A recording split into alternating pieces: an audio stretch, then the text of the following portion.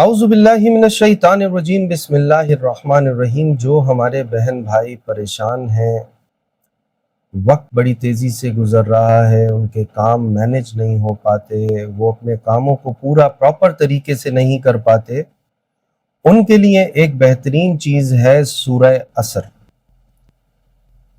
جس میں اللہ تعالیٰ وقت کی قسم کھا رہے ہیں۔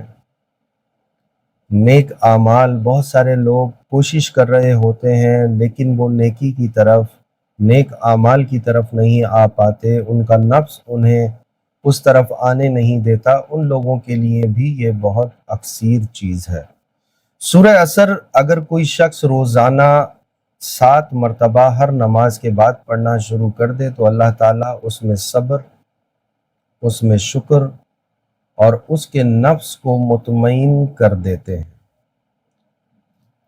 اگر کوئی شخص اس کو کسی حاجت کے لیے پڑھنا چاہے، یعنی کوئی ضرورت ہے کسی چیز کی یا کسی معاملے میں اسے صبر کی ضرورت ہے، تو اسے چاہیے کہ فجر کی نماز کے بعد سورہ عصر کو 41 مرتبہ اول آخر درود شریف کے ساتھ پڑھنے کا معمول بنا لے۔ اللہ رب العزت اسے صبر عطا کریں گے، اسے کامیابی عطا کریں گے اس معاملے میں۔ اسی طرح جو بچیاں اپنے گھروں میں سسرال میں چاہتی ہیں کہ اللہ رب العزت ان کا معاون و مددگار ہو جائے، تو انہیں سورہ عصر پڑھنی چاہیے۔